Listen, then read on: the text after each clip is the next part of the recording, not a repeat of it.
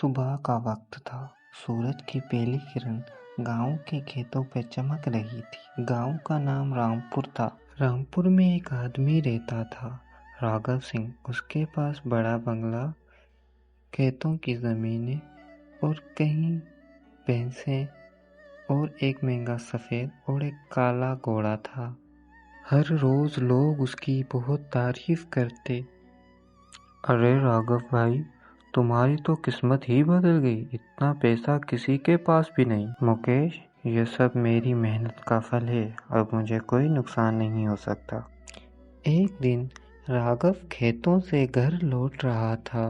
रास्ते में एक पुराने बरगद के पेड़ पर दो चिड़ियाएं बैठी थी। चिंकी, देखो, ये वही राघव है। हाँ गौरी, काश ये हमारी बातें समझ पाता। ये कैसी अजीब आवाजें हैं। काश मैं इनकी जबान समझ पाता। उस रात उसे नींद नहीं आई, चिड़ियाओं की बातों की वजह से। अगली सुबह राघव जंगल में से होते हुए बाबा शापूनत के पास गया। वो उस बाबा के मंदिर जा पहुंचा। बाबा, मुझे परिंदों की जबान समझनी है। बेटा, हर राज इंसान के लिए नहीं होता। चाहे कुछ भी हो जाए, मुझे ये सीखनी है। ठीक है, लेकिन याद रखना, जो सुनोगे उसे बदलने की कोशिश मत करना। अगली सुबह राघव फिर से बरगद के पेड़ के नीचे बैठ गया।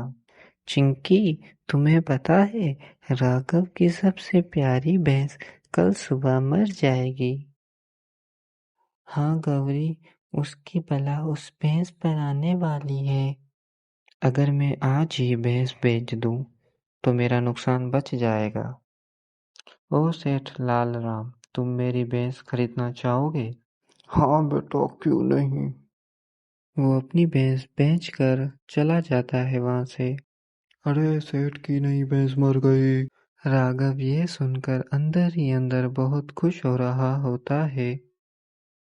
कुछ दिन बाद राघव फिर से उस बरगद के पेड़ के नीचे बैठ जाता है। चिंकी, तुम्हें पता है, राघव का कल सुबह सफेद घोड़ा भी मर जाएगा।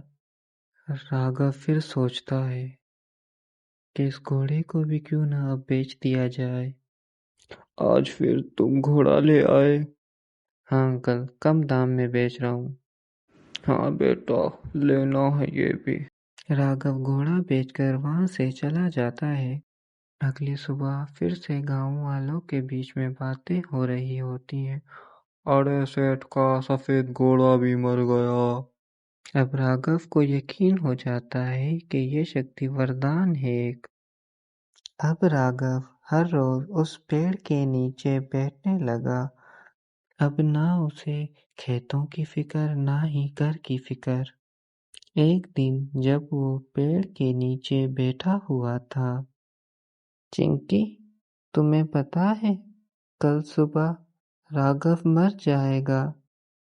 हाँ गौरी, इस बार इसके सर की बला और किसी पर नहीं, इस पर ही आई है। ये सुनते ही राघव जंगल की तरफ भागता है और जाकर उस बाबा से मिलता है। बाबा, मुझे बचा लो बाबा। वो सब कुछ बताता है। जब भैंस मरती, तुम्हारी बड़ी मुसीबत उसके साथ टल जाती। जब घोड़ा मरता, तुम्हारी एक और बला खत्म हो जाती। लेकिन तुमने लालच में उन्हें बेच दिया। राघव बहुत बहुत रोता है। राघव घर आके भी बहुत बहुत रोता है।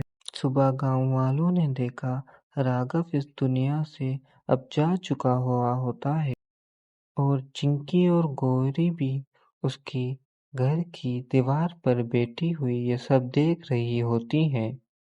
चिंकी, काश राघव ने लालच ना की होती, आज वो वरना यहाँ जिंदा होता। हाँ गौरी, इसने जिसे अपना फायदा सोचा, वही इसका असल नुकसान निकला और इसकी मौत हो गई।